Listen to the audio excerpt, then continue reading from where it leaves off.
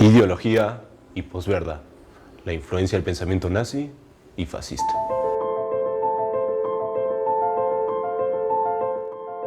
El problema actual radica en que, a pesar de la derrota del nazismo en 1945, las redes sociales aumentan que el negacionismo del holocausto, cosa que es mentira. Entonces, lo que tratamos de dar a entender en este trabajo es ver lo que pasó en toda época de posverdad del nazismo y la ideología que tenía. En el Perú, lo más semejante que podemos encontrar con el nazismo, fascismo en esas épocas fue en el segundo gobierno de Óscar Benavides, quien era un simpatizante fascista y partidario de implantar en el país el sistema de gobierno de Italia, que por ese momento estaba de moda, si se podría decir. Con nuestro ensayo queremos demostrar la relevancia que tiene la ideología nazi con el término de la posverdad. Así mostrar lo que fue el nazismo en sus épocas y cómo afectó en la era antigua y lo que sigue afectando en la era actual con el término posverdad. Por otra parte, es fundamental comprender la influencia del régimen nazi en la Segunda Guerra Mundial, ya que este evento constituye uno de los hitos más históricos y significativos del mundo. Asimismo, estudiar dicha influencia nos ayuda a entender cómo este conflicto moldeó el futuro de todo el mundo y lo que sigue moldeando ahora, además de analizar cómo afectó al Perú y en general a toda Latinoamérica. Las mentiras, los bulos y la prensa sensacionalista ha existido siempre. Incluso desde la época romana, en el siglo I, Virgilio ya hablaba sobre el poder del rumor. En la Segunda Guerra Mundial, los nazis utilizaron la propaganda para manipular a todo el ciudadano y toda su población.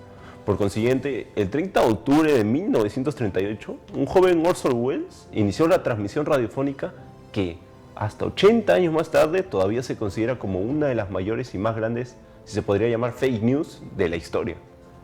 Por otra parte, el término posverdad, que es un neologismo, según la Real Academia Española lo define como se refiere a la distorsión deliberada de una realidad, manipulando creencias y emociones con el objetivo de influir en la opinión pública y en las actitudes sociales. El concepto de posverdad, también conocido como mentira emotiva, implica que los hechos objetivos tienen menos impacto que los argumentos emocionales y las creencias personales de la persona que construye todo este discurso con la finalidad de crear y incitar a la opinión de las personas que le escuchen y influyen en toda su conducta. En la época nazi, por ejemplo, se usó la posverdad de manera exagerada, usando la publicidad como su método principal para imponer su poder por toda Europa y así justificar su política extremista y súper genocida. Los estereotipos y la propaganda nazi no eran para nada nuevos en Alemania. De hecho, ya estaban acostumbrados y eso incentivó aún más que los alemanes tomen como algo normal el término antisemita y toda la posverdad que lanzaban en esa época la propaganda nazi. La propaganda capitalizó sobre el descontento popular tras la Primera Guerra Mundial y la crisis económica de los años 30, utilizando figuras arquetípicas y caricaturas que representaban a los judíos como enemigos del Estado y en sí de toda la cultura alemana. Mediante el uso de medios masivos como carteles, películas y la prensa, el régimen no solo reforzó estas imágenes, sino que las integró en una narrativa más amplia que justificaba sus políticas y acciones, al presentar a los judíos y otros grupos como responsables de los problemas del país. La propaganda nazi logró desviar toda la atención de las verdaderas causas de la crisis y consolidar todo su apoyo a su ideología. Después de que los alemanes tomaron el cargo de Alemania o el poder de Alemania en 1933, Hitler hizo un ministerio del Reich que se encargaba de la propaganda y de toda la prensa y de la ilustración que hacía Alemania en ese entonces. Y todo eso a cargo de su mano derecha, si se podría decir, Joseph Goebbels.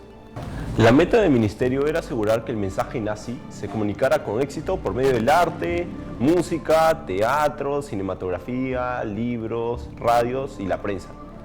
Había varios públicos para la propaganda nazi. A los alemanes se les recordaba por la lucha contra los enemigos extranjeros y la subversión de los judíos. Durante los periodos que procedían a la promulgación de leyes o a la implementación de medidas ejecutivas en contra de los judíos, las campañas de propaganda creaban una atmósfera tolerante de la violencia contra estos. En particular, en 1935, antes de las leyes raciales de Nuremberg, que se promulgaron en septiembre, y en 1938, antes de la aluvión de leyes económicas antisemitas que siguió a la Kristallnacht. La propaganda también fomentaba la pasividad y la aceptación a las medidas propuestas contra los judíos, ya que estas parecían mostrar que el gobierno nazi intervenía y restablecía el orden, si se podría decir. Según un parafraseado de las ideas del dramaturgo serbo-estadounidense Steve Teschich, quien utilizó por primera vez el término posverdad, los políticos son conscientes que al pueblo no le importa mucho la verdad, solo se preocupan si la información compartida les conviene o no. En su mayoría, se sienten atraídos a noticias que los emociones, ya sean negativas o positivas. Por otro lado, en el contexto nacional, la posverdad y las narrativas han causado un gran daño en la historia republicana del Perú, afectando a muchos de sus protagonistas. En el siglo XX, figuras como Augusto Leguía, Aya de la Torre, Velasco Alvarado y otros nombres cuyas ideas y acciones han moldeado el devenir republicano y sufrido las consecuencias de estas distorsiones. También se incluye a Alberto Fujimori, Leguía, Velasco, etc. Y siguen siendo figuras de intensa controversia y objetos de un profundo odio político, que es quizás la forma más irracional de repudiar hacia lo que provoca un deseo vehemente de rechazo o eliminación, por ser percibido como generador de disgusto. Asimismo, en el segundo gobierno de Benavides, el fascismo en el Perú se evidenció a través del partido Unión Revolucionaria, que tras el fallecimiento de su fundador Sánchez Cerro, adoptó una doctrina más explícitamente fascista. Este partido se inclinó hacia un régimen de partido totalitario, con una fuerte movilización de masas y una ideología autoritaria que buscaba erradicar tanto el aprismo como el comunismo. Es por ello que optaron por desplegar milicias de camisas negras, siguiendo una estructura vertical y general que pretendía controlar la vida política y social, similar a los regímenes fascistas de Italia y en Alemania. Sintetizando, respecto a la multiplicidad de la manipulación a lo largo de la historia del Perú que ha distorsionado el legado de sus principales figuras políticas, así como la influencia de ideologías autoritarias como el fascismo en nuestro país, esto solo muestra los peligros de la posverdad en la política. Por ejemplo, la Unión Revolucionaria promovió una narrativa que exaltaba el nacionalismo y combatía enemigos percibidos como el comunismo y el aprismo, sin un análisis racional de la realidad política.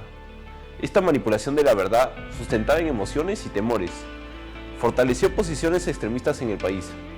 Aunque el fascismo no se consolidó en el Perú, su paso dejó huellas en la polarización política y en la forma en que sectores de la población ven a ciertos actores como peligrosos por razones infundadas o exageradas. La influencia de estas narrativas extremistas ha dejado secuelas duraderas en la manera que una parte de la población percibe a sus líderes políticos. Figuras como Leguía, Velasco o Fujimori han sido objetos de narrativas polarizadas que los presentan como responsables únicos de grandes males o como héroes indiscutibles. Para contrarrestar y evitar la manipulación histórica e ideologías extremistas vuelvan a ganar el terreno en la política peruana, es crucial reformar principalmente los programas educativos, asegurando que no solo en las escuelas se enseñen hechos, sino que también promuevan el pensamiento crítico. De igual forma, a respetar a todas las voces políticas y que se fomente el debate basado en ideas fundamentadas, sin miedos o prejuicios.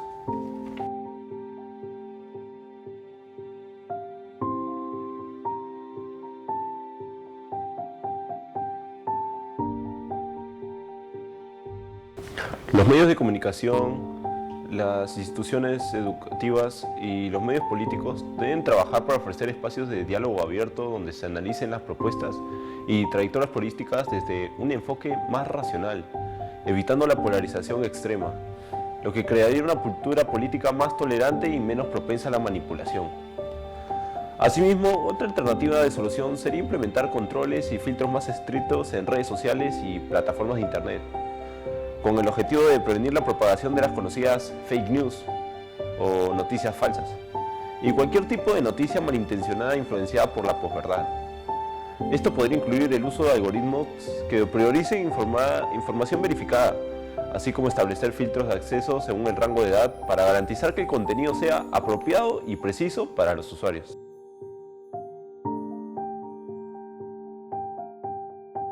En conclusión, solo con una ciudadanía educada y crítica podemos hacer que esas ideologías extremistas del pasado no vuelvan a tomar poder en el hoy. Necesitamos jóvenes que piensen más, que sean críticos en sí mismos, para no repetir los errores del pasado.